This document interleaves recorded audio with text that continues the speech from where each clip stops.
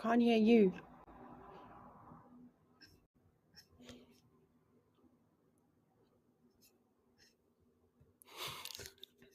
Can you hear me now? I can hear you now. What happened? Sorry, hi everyone. Man, I just gave the most energetic intro of my life. No. There were drum roll for Taylor joining us, welcomed all of you on board for Wild Moments. It was crazy. And then Taylor, you looked like you looked just very unimpressed with me. But then I realized that you were stuck. Yeah, no, sorry. I thought it was my feed, so I quickly restarted the stream, hoping that I'd be able to hear you, because you were going. And Yeah, then I did you see the realized that energy? You didn't even it need to wasn't. hear me, everybody. You could have just seen how much I was going. But anyway, now you can. Welcome to Wild Moments, brought to you by Explore.org. It's me, Trishala. We have the wonderful drumroll Taylor McCurdy with us. And after not being able to hear us and us being stuck and all of that, we are ready to rumble. How are all of you doing? Remember that we're live and interactive, so you can send through questions, you can send through comments, you can tell me how you're enjoying the show. Today I've just got a glass of water. You know, Taylor, every time I ask everyone, is that coffee? No, don't be. Who keeps coffee in a Stanley flask? It's obviously water. It's a coffee flask, but I keep it. It's great because it keeps things cold for like 24 hours. So Yeah, it's great. No, I had this every time I ask how people are enjoying the show, I'm getting coffee is coming up a lot. So I was telling myself that I should try and have a cup of coffee while I'm doing the show. But I can't have, like, at most I can have 2 cups in a day. Otherwise I get a little bit, if you think I have too much energy now, plenty. you don't want to see me. No. Aussie Jan 2, you know Aussie Jan 2, we missed you on Tuesday. I asked, where is Aussie Jan 2? But you're here now. You say, good afternoon, one and all. You've got your coffee break. Yes. Bridget McKenny, you say hi, Trishala and Taylor. Kauru, you say hi, Taylor and Trishala. Dear NC, you say good morning from Seattle. You're excited for the show and you're ready with your coffee. Of course, everyone and their coffee. I'm feeling left out. Now, before we get into the crazy clips that we have, I mean, they're cool clips. I wouldn't call them crazy. But you know what I would call crazy? What I'm about to show you. Oh. Because yesterday was National Fossil Day in the USA, and I wanted to share my fossils with you. Oh, cool. What is it? It's an ammonite. It's quite a big one. Well, it's an impression of an ammonite, I should rather say that. It's difficult to see, but if you look in there, it spirals out like this.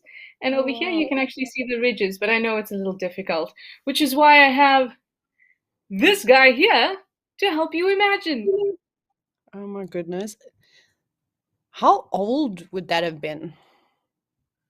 I don't know, 300 million, something like that. So just yesterday then.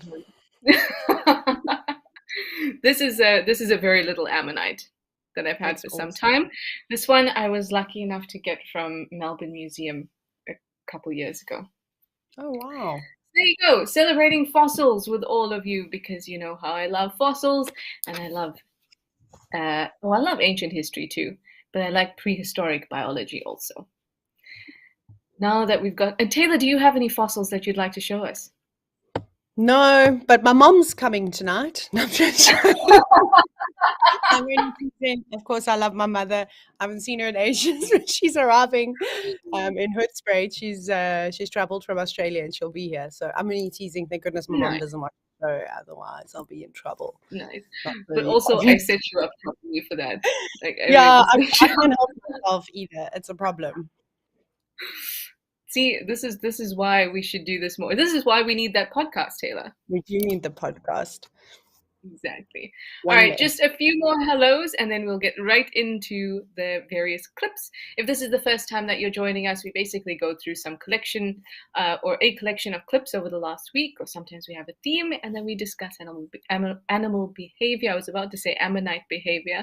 We will not be discussing ammonite behavior because I don't know much about it. But anyway, a few more hellos and then we can get into the clips and you can send us some questions. April Owl, you say good morning from sunny Connecticut with raspberry tea in hand. Tris Visop, you say hello everybody. I hope everyone is well and ready for our Thursday's show. Bob from Kalamazoo, you say hello Trish and Taylor. Hello Bob. Jirel, you say a lovely sunny morning in Toronto with, as usual, dark Java in hand, always excited, always smiling to log into Wild Moments with Trish and Taylor. Gert, you say good day from the Netherlands, waiting with coffee. Everyone and their coffee. And then Becky WV says hello ladies from the USA. And finally, Casper's third ghost, you say good morning from rainy Milwaukee with hot tea. Sounds good.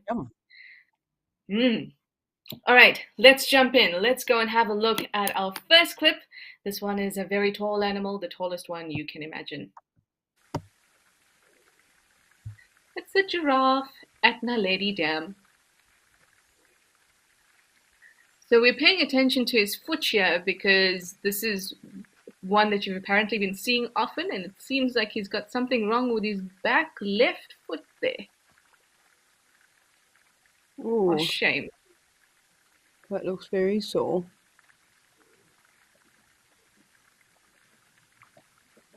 At first glance, it doesn't look like there's much swelling around the, maybe we'll see now, around the fetlock. Oh no, never mind. Maybe I'll take that back. I mean, it's really not as bad as I thought it would be. Oh yeah, you can see a little, looks like a little bit of swelling, like thickening between the fetlock and the hoof. I forgot what that part is. Or maybe that's just what giraffe legs look like. To be fair, I've never stared at giraffe feet for this long. That's also true, huh? I wonder if we can see anything. I mean, yeah, there's definitely swelling. And it's not putting pressure. This is very difficult to figure out what could have happened here. The possibilities are basically endless. It really it is. I mean, obviously, I suppose sorry, my Tucker, they're not here for you. If anything, I'm just thinking back to horses, right? And they don't even have split hooves, but the amount of times that stones or unfortunately in some cases nails would end up going straight underneath the hoof caused a lot of problems, and then they didn't want to put their feet down. Or when they have an abscess as well in the hoof, causes swelling, and then they just don't want to put their feet on the ground because of all that pressure that's building up. So yeah, it's difficult to say. It didn't look like there was anything obvious that you could see. Yeah. It's very difficult to determine. Kirst's put here that it has a stick stuck in his hoof. I wonder if you guys had seen that, maybe something jutting out to indicate that there's something stuck in there, but definitely there's something wrong. If I'm thinking about this giraffe's prognosis, also a difficult one to answer, because if it's an abscess, that can be much worse than something simply being stuck in his hoof. If something is just stuck in his hoof over time, and this is the same for all our bodies, if you get a splinter or something stuck in your finger, eventually your body is going to push it out. Hooves are obviously a little bit difficult because it's actually not heavily vascularized in any way, so the body is not actively pushing out. But in the same way, it is going to continue to grow and then shed. So eventually it'll come out, but it'll still cause a lot of discomfort. But with abscess, I don't know. Yeah, it's a tricky one. I mean, the only way that I know that abscesses kind of went away is if they burst, but most of the time, if they're up and in the heel, you needed a farrier to get in there and physically open the hoof up and try and relieve it. So yeah, I mean, we don't really see many animals or hooved animals in the wild with abscesses, if you think about it. Yeah, I mean, it's true, but at the same time, like you said, when we were looking at the giraffe, how much time have we spent looking at giraffe feet, or giraffe hooves rather? But something to pay attention to next time. Yeah, but it's also just great. Again, we always talk about how resilient they are. I was watching an Inyala for about 3 weeks that had an injury. It looked like a swelling on its hock. I don't know what if it's the same terms. I only know equestrian terms for animal anatomy, but anyways, and I think he must have done it while he was running or something, and it was really swollen, and it was you can say wouldn't put any weight down on it. And at one point, I was like, "Oh, I wonder how serious it is." And then by 3 weeks, he was walking on it normally, which was amazing. I couldn't believe the quick turnaround from not wanting to put any weight on it at all, yeah, to being a normal Inyala again. Yeah, well, I suppose if you can't heal quickly, your other option is death. There's very little in between, you know. So, You know, um, yeah, they're very, very resilient. Okay. So Kirsten just said that you had seen a stick, but looks like the stick is gone now. Okay. Kim Hai, you say you're surprised that lions haven't found him yet. It's gonna sound horrible, but I suppose it is just a matter of time. Um, yeah, it's just a matter of time. If he manages to heal in the next few weeks and he's lucky enough that lions don't find him, great. But otherwise, he is going to be a prime target. yeah. Oh, hello, Rocky. Rocky, you say a beautiful cloudy day here in Concord, New Hampshire. Your first time. Welcome, Rocky. So nice to hear a new name. You're welcome to send through questions, Rocky. But thank you for saying hello. Oh, April Al, you say cool fossil. You have a collection too. You picked them up locally in New York State. Oh my goodness. Next time I'm in New York, April Al, we should go fossil collecting. Timber Grace, you say good morning from Minnesota, coffee in hand and ready to learn. Hello, Timber Grace. Sorry, I should have done this other ways around because now we have giraffe questions. Sorry. Zygote, you say maybe it's had a fight with another giraffe or a fall? I don't think a fight with another giraffe because when they fight, they use their necks quite a bit. A fall, maybe, but I would expect to. Or maybe he sprained. Sounds so silly, but maybe he sprained his hoof, his ankle. But or, his tarsals. But it's possible. Kauru, you'd like to know cute and funny birds by the giraffe. Are they arrow-marked babblers? No, they are not. They are red-billed oxpeckers.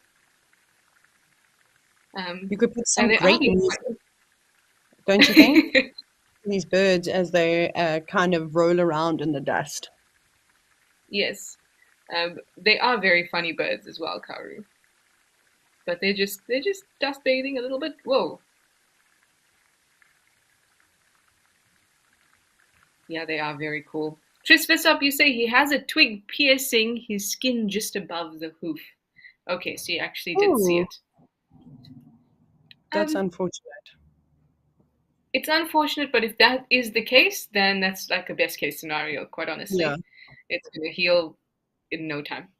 That's crazy, though, just thinking about how thick giraffe skin is, that twig or stick was able to do that. I wonder if it was running, because I'm just trying to think if it was just walking normally, surely a twig wouldn't be able to pierce through that skin, but maybe it was done with some speed, with a force. Yeah. Oh, shame. Well, we will be keeping an eye on this giraffe here at Naledi Dam and hope for the best for him. But like you say, if it is just a stick, he's gonna be just fine. All right, let's move on to our next clip. This one's from Tao, and we're hoping that the crocodile here is more successful than the others we've seen at Tao. Oh, hello, you. Yeah, I've never actually seen this in real life. Well, I mean, in person. Me neither. This is insane. So what she's doing here is she's digging a little spot for her to lay her eggs.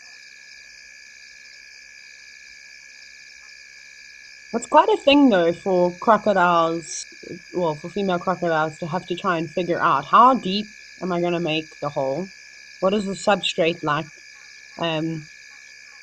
I mean, that's quite something, especially when you're a crocodile and you've got very short appendages.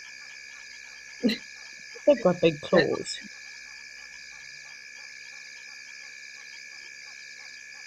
this is very, very cool.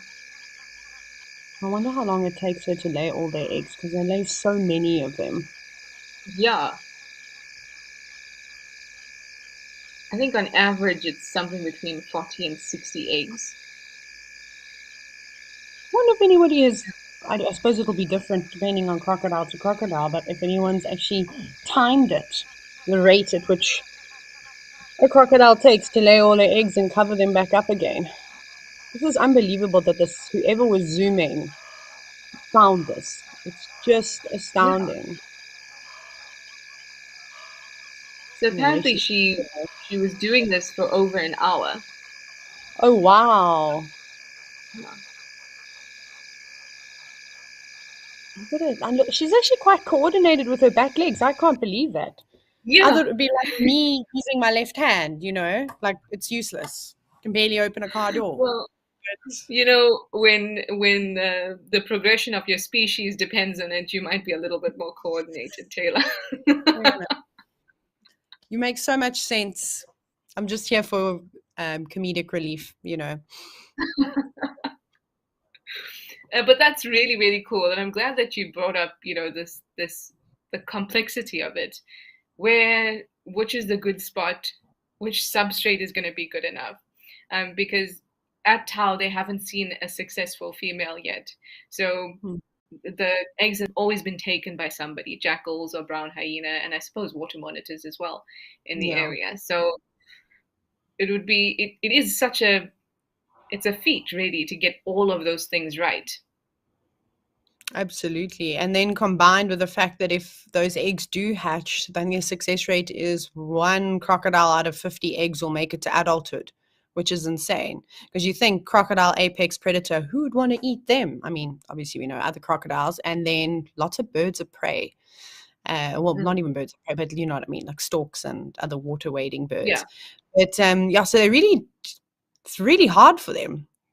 I feel sometimes I feel sorry for crocs. I'm like, actually, they've got a tough life. Them and the cheetah. Yeah, not great. Not easy. Yeah, definitely not easy. But also providing nice little protein bars for everybody else in the bush, and a lot Yep. of them. Lots and But it lots. is unfortunate, and you might even find. I mean, there's only at Tau. I think there's only about 3 or 4 crocodiles, but in areas where they're very numerous, you'll find that females can kind of form bosqueries together, and so then together they might defend nests, Yeah. which is a really interesting thing for reptiles. And then also crocodiles offer quite a bit of parental care, which is also very Yeah. interesting. For those first 3 months, she will defend her little ones. She might even move them. She will move them out of the nest to the water, and in some cases, that parental care in some capacity can last up to 2 years. That's wow. Yeah, but they have it. That's They have it tough. spectacular. Yeah. They are amazing creatures, and I suppose they haven't been on this earth for as long as they have for no reason. Sorry, I don't know why I Ooh, tapped my screen. I'm so sorry. I'm going to have to do this because I just can't help myself. Um, but crocodilians as a group have existed for a very sorry, Taylor. No, I love it. Where's my notebook? They have existed for an exceptionally long time, and they have existed unchanged for a very long time. But the crocodile that we see today, the modern crocodile that we see today, um, has only existed for about 8 million years, 11 to 8 million years, as opposed to crocodilians that were like, before dinosaurs vibe. That's such a Sorry, long time. Taylor. It's just that I hear it so often about the living fossil, No, and thank you. so I had to. Thank you. I had to.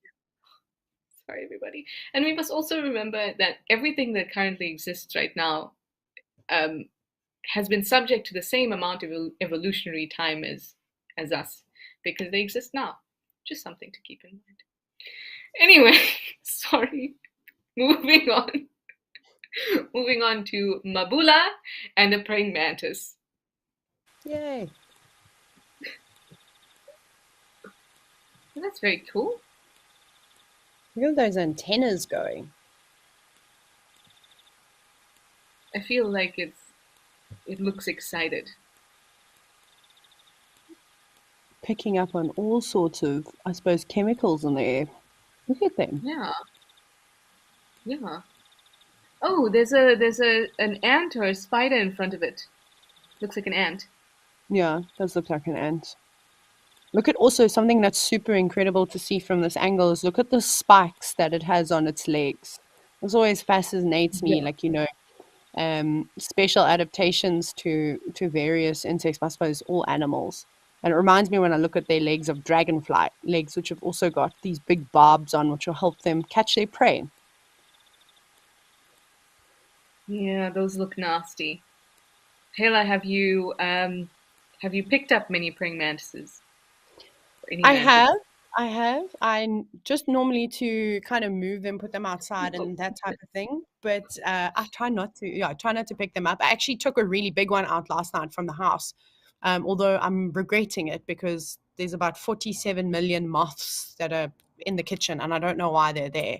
But I might go and collect praying mantises, praying manti. I Mantises? don't know what the I think praying mantis is, and praying mantis. Um, I think I like that one best, and just yes. kind of release them in the kitchen because they're great at sort of like insect control, which is really really nice. That's why we always see them at the lights at nighttime if you've got one on. So yeah, so I have picked up a few of them. I used to be really nervous as a kid because obviously I didn't quite understand, the first pair of legs that it's kind of Mm. hop towards them. Yeah, I always used to get quite nervous and think that they could do some damage to me, but nope, have not been attacked by No. praying mantis. Well, aren't you lucky? Oh no, do you have a story to share? I have been attacked by many a praying mantis. I was a very, um, I was a little bit of a rough child. So I think also the way in which you approach the praying mantis is important. Fair enough. And that goes for any insect. Try and get it to come onto your hand as opposed to grabbing it. Yeah. Um, Oh, yeah, but terrifying. so those spikes that they have are backward facing, right? And what ends up happening is those front two legs that are pulled in like this, the ones they use to catch their prey.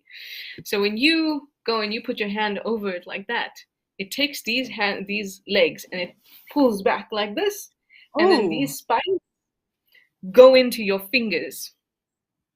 wow.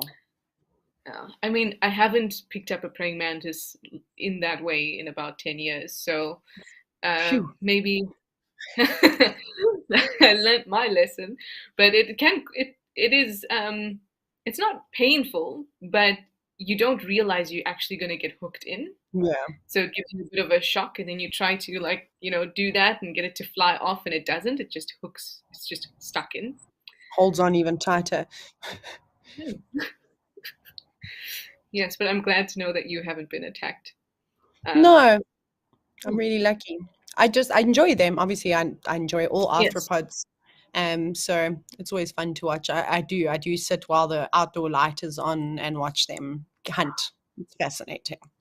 Yeah. Also, It I is. wish I could turn my head like a praying mantis. That would be great. Can you imagine being on safari and not just having to like do 45 Yeah. degree like angles, but you could actually, oh, no, nothing back there. That'd be great. Oh, there's the And leopard. I just also drove past. just tilt your whole head and then move it back. Like Oh, yeah. it's Yeah, crazy. yeah, yeah. It is pretty crazy. They're amazing. Do you know anything about prehistoric praying mantises? No, I don't. Not I almost Googled specifically. for this exact reason, but I didn't get to it.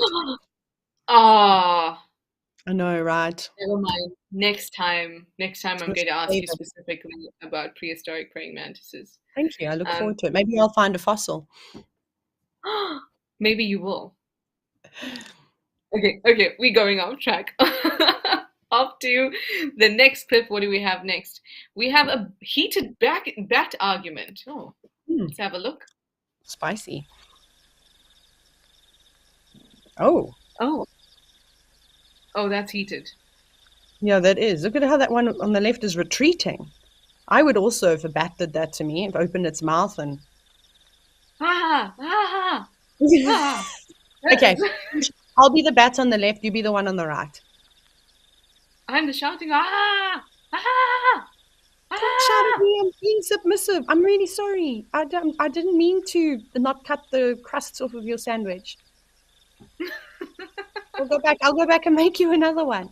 I don't know. I actually have no idea what bats would argue about. Maybe what, roosting space? Is it a Roosting bit of a sites, I would territorial think. thing? Yes, I think roosting sites would probably be the biggest one.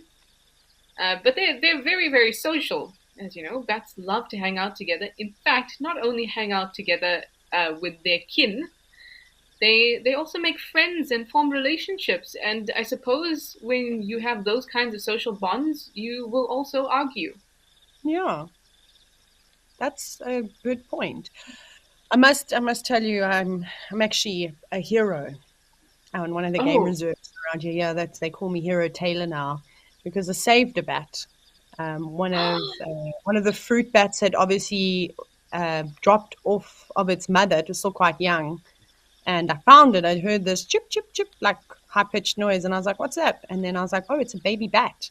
And anyways, it was quite vicious. It tried to bite me, and I thought, probably not a good idea to get bitten by a bat. So picked it up and then just placed it in. It's a massive fig tree that all the fruit bats roost in during the day.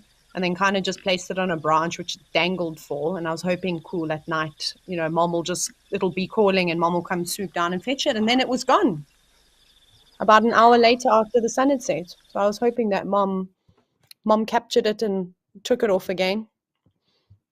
do you Yeah. know what fruit bat it was?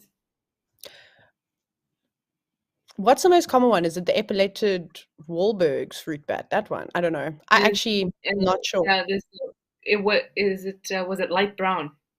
It was light brown, very light Uh, brown. Yeah, like almost tan Yes, with a yeah, few white exactly. patches on it. Yeah. Yes, Walmart. yes. Oh my gosh, that's exactly what I saw.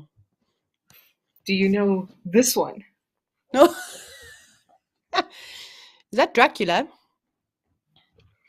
Oh no, this is Henrietta. Oh, my bad. Oh, sorry. Didn't Yeah, mean to misidentify you. yeah. This is Henrietta. Come on, guys. She's a flying fox from Australia, but That is I so love cool. bats. Look at the wings that fold. That's amazing. She's beautiful. She's beautiful. So you were looking at free-tailed bats here, there, and that just means that the tail extends further past this membrane, which is called a uropatagium. Sure, it's a big word. And there, it's a big word, and there at under the bridge at Kruger-Shalati, I think you probably get little free-tailed bats or Angolan free-tailed bats. But Mm, either way, they're free-tailed bats, and their biology is pretty much the same. okay.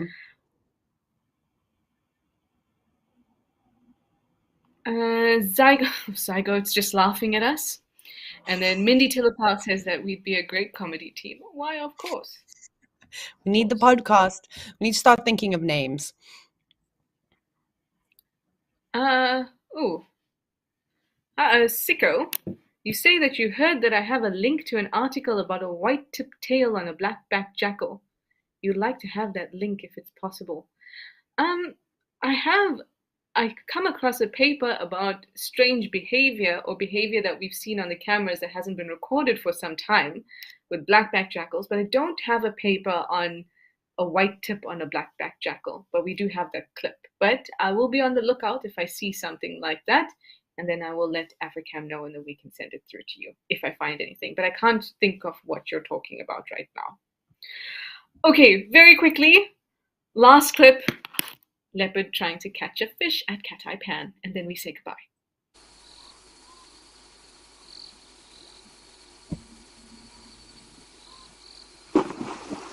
Oh, Oh, wow.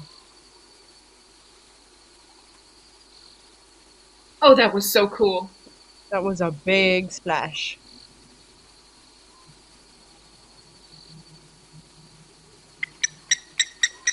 Oh, of course, the blacksmith black things are not happy. This is insane. Trish, have you ever seen leopards catfishing? I have. I've seen it at Chitwa Dam a couple Oh, times, cool. Oh, but I've never seen them jump into the water like that. It's always kind of, but this yeah. was, she just launched herself in, which was very cool. It's insane how Amazing. actually how often leopards fish. But I had the most amazing sighting in Kruger once, in I can't remember which river it was, please excuse me. But anyways, pools had all started drying up. It's kind of about this time of the year, so there wasn't much water around. And the next minute, we're like, what's that walking in the sand? It's kind of getting a little bit dark. And it's coming towards us, and it's be like, oh my gosh, it's a leopard, big male leopard, and he walks to this pool of water, and you can already see the ripples in it from the fish swimming around. Next minute, he launches himself in. There must have been about 10 fish in this puddle, but it was muddy. So the leopard eventually grabbed, I have a really cool video of this, grabbed the fish and came out, but he was a melanistic leopard afterwards. It was insane. So Oh, yeah, so fish, he went and ate it, and we obviously came back the next morning, and then we were sitting, like, scanning with our binos, going, I wonder if he's still here. And then I was like, is that a baboon over there? And then we get up, actually Tristan was with me, and we're like, what's that over there? It's still the leopard covered in mud. He was just sitting on the embankment, had not cleaned himself off at all, just completely covered in mud. It was yeah, quite interesting. I've never seen such a dirty leopard for such a long period. Normally they're quite tidy after themselves, but yeah, it was quite fascinating. He was not afraid to get into that down and puddle at dirty. all. Yeah, Yeah. probably went back to hunt another one. I wouldn't be surprised, because who doesn't love sashimi? Yeah, especially if you find you're successful. Just do it again. Yeah, absolutely. Wow. Anyway, it is time for us to say goodbye. We could keep talking and talking and talking, but from me and from Henrietta, and I suppose from somebody else as well, from And me and Pegasus, my flask. Taylor Anna Flask, thank you so much for joining us. Thanks for your questions and your comments. We'll see you again soon. Bye for now. Cheers.